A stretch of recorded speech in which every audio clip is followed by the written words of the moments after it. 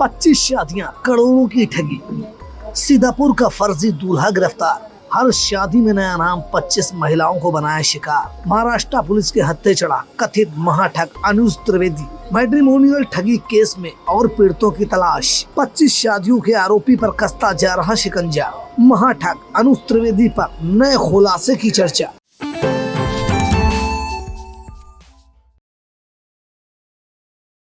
पुरानी खिड़कियों से परेशान, रस्ट, टर्माइट्स और गर्मी से थक गए हैं? लाइए ग्रीन प्लास्ट यूपीवीसी विंडोज और doors, sound proof, weather proof, termite proof.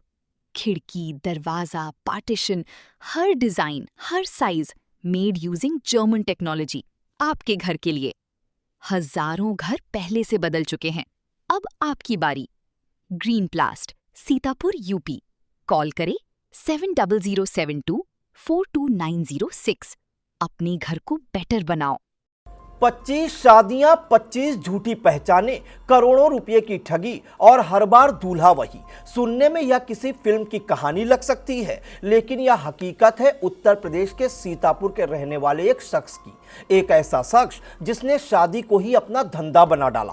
कभी अजय अग्रवाल, कभी संतोष सिंह, कभी जयप्रकाश और कभी किसी दूसरे नाम से महिलाओं की जिंदगी में दाखिल हुआ, भरोसा जीता और फिर उनकी जमा पूंजी लेकर फरार हो गया। कहीं आप भी तो इस जालसाज के शिकार नहीं हुए? क्योंकि 25 शादियों का खुलासा तो पुलिस ने किया है। पता नहीं और कितनी युवतियों की जिंदगियों के साथ इस जालसाज ने खिलवाड़ किया होगा जो आंकड़ों में दर्ज नहीं है। आइए अब आपको बताते हैं कि कैसे ये जाल बिछाकर भोली भाली युवतियों की जिंदगी बर्बाद कर रहा था। नमस्कार, आप देख रहे हैं आई इंडिया, आपके साथ मैं हूं प्रियांशु मिश्रा। दरअसल महाराष्ट्र पुलिस के खुलासे ने पूरे देश को चौंका दिया है। आरोप है कि इस कथित फर्जी दूल्हे ने 25 से ज्यादा महिलाओं को शादी के जाल में फंसाकर करोड़ों रुपए की ठगी कर ली। अब जब आरोपी गिरफ्तार हुआ तो उसकी संपत्तियों, फर्जी दस्तावेजों और राजनीतिक संपर्कों को लेकर भी कई सवाल खड़े हो रहे हैं। आइए देखते हैं सीतापुर से लेकर मुंबई और नोएडा तक फैली इस हैरान कर देने वाली ठगी की पूरी कहानी। सीतापुर के मिश्रिक क्षेत्र के चंद्रावल गांव का रहने वाला अनुज त्रिवेदी इन दिनों देश भर में चर्चा का विषय बना हुआ है। महाराष्ट्र के ठाणे जिले में दर्ज एक शिकायत ने जिस कथित ठग का पर्दाफाश किया, उसकी कहानी किसी क्राइम थ्रिलर से कम नहीं है। महाराष्ट्र पुलिस ने ग्रेटर नोएडा में संयुक्त कार्रवाई के दौरान आरोपी अनुज त्रिवेदी को गिरफ्तार कर लिया। गिरफ्तारी के समय वह कथित रूप से चंद्रप्रकाश त्रिवेदी नाम की पहचान का इस्तेमाल कर रहा था। पुलिस जांच में यह भी सामने आया कि उसने अलग अलग मौकों पर अजय अग्रवाल, संतोष सिंह, जयप्रकाश और रमेश चंद्र गुप्ता जैसे कई नामों का उपयोग किया। मामले की शुरुआत एक महिला की शिकायत से हुई। शिकायत के अनुसार आरोपी ने अखबार में प्रकाशित वैवाहिक विज्ञापन के माध्यम से संपर्क किया और 2019 में उसकी बेटी से शादी कर ली।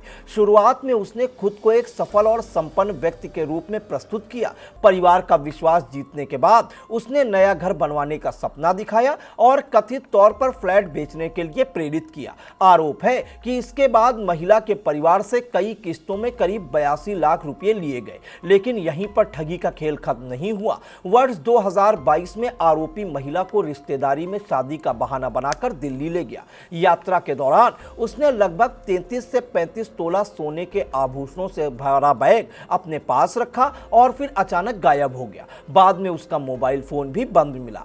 इस एक मामले में ही करीब 97 लाख रुपए की ठगी का आरोप है। जब पुलिस ने जांच को आगे बढ़ाया तो चौंकाने वाले खुलासे सामने आने लगे। जांच एजेंसियों के अनुसार आरोपी ने इसी तरह 25 से अधिक महिलाओं को अपना शिकार बनाया। इसमें तलाकशुदा, दिव्यांग, मानसिक रूप से कमजोर और सामाजिक रूप से असहाय महिलाएं भी शामिल बताई जा रही हैं। पुलिस को शक है कि यह कोई सामान्य धोखाधड़ी नहीं, बल्कि वर्षों से चल रहा एक सुनियोजित नेटवर्क हो सकता है। गिरफ्तारी के दौरान आरोपी के पास से कई फर्जी आधार कार्ड, मोबाइल फोन और बैंकिंग से जुड़े दस्तावेज बरामद किए गए। जांच एजेंसियां अब उसके आर्थिक लेन देन, बैंक खातों और संपत्तियों की भी पड़ताल कर रही है। ग्रामीणों के अनुसार करीब 27 वर्ष पहले अनुज त्रिवेदी लखनऊ में एक सिक्योरिटी गार्ड के रूप में काम करता था। बाद में उसने सिक्योरिटी एजेंसी शुरू की और प्रॉपर्टी के कारोबार में भी सक्रिय हो गया। धीरे धीरे उसकी आर्थिक स्थिति तेजी से बदलती चली गई। स्थानीय लोगों का दावा है कुछ ही वर्षों में उसने करोड़ों रुपए की संपत्ति खड़ी कर ली। बताया जा रहा है कि आरोपी ने लखनऊ, सीतापुर और नैमिषारण्य समेत कई स्थानों पर मकान बनवाए। मिश्रिक और आसपास के क्षेत्रों में 60 बीघा कृषि योग्य भूमि खरीदने की भी चर्चा है। लग्जरी गाड़ियों और आलीशान जीवन शैली के जरिए वह खुद को एक प्रभावशाली और संपन्न व्यक्ति के रूप में पेश करता था। इसी चमक धमक और झूठी पहचान के सहारे वह अपने शिकारों का विश्वास जीतने में सफल होता था। मामले में एक और बड़ा पहलू तब सामने आया जब आरोपी के राजनीतिक और सामाजिक संपर्कों की चर्चा शुरू हुई। स्थानीय स्तर पर यह दावा किया जा रहा है कि उसके परिवार के रिश्ते एक भाजपा नेता समेत प्रभावशाली लोगों से जुड़े हुए हैं। हालांकि इन दावों की आधिकारिक पुष्टि अभी तक नहीं हुई है और पुलिस इस पहलू की भी जांच कर रही है। फिलहाल महाराष्ट्र पुलिस आरोपी से लगातार पूछताछ कर रही है। जांच एजेंसियां यह पता लगाने में जुटी हैं कि आखिर उसने कितनी महिलाओं को निशाना बनाया, कितनी संपत्ति अर्जित की और क्या इस पूरे खेल में कोई और लोग भी शामिल थे। जांच में पुलिस आरोपी के बेटे तक भी पहुंची है, जिसे इस मामले में सह आरोपी बनाया गया है। अधिकारियों का आरोप है कि उसने धोखाधड़ी की वारदात को अंजाम देने में अपने पिता की मदद की थी। पुलिस को यह भी पता चला कि अनुज त्रिवेदी अमरावती में दर्ज धोखाधड़ी के एक और मामले में वांछित था, जहां उसने एक महिला को 25 लाख रुपए का चूना लगाने के लिए अपनी पहचान छिपाई थी। जांच जारी रहने के दौरान आरोपी अभी न्यायिक हिरासत में है। पुलिस ने उन महिलाओं और परिवारों से अपील की है जिनके साथ आरोपी ने धोखाधड़ी की हो कि वे अधिकारियों से संपर्क करें और जानकारी साझा करें। जांचकर्ताओं का मानना है जैसे जैसे मामला आगे बढ़ेगा और भी पीड़ित सामने आ सकते हैं, जिससे यह हाल के वर्षों में आए मैट्रिमोनियल धोखाधड़ी के सबसे बड़े मामलों में एक बन सकता है।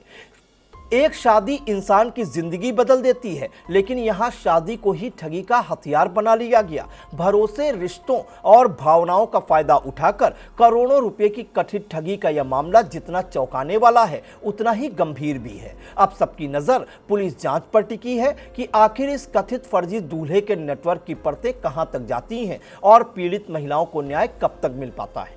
चुनावी समर में आया इंडिया का महासर्वे, विधायकों का रिपोर्ट कार्ड, जनता जनार्दन देगी नंबर, टिकट से पहले भरोसे की बाजी, 5 साल के इम्तिहान का परिणाम, काम या सिर्फ वादों का जंजाल। आप अपने विधायक को फिर देना चाहेंगे एक और मौका?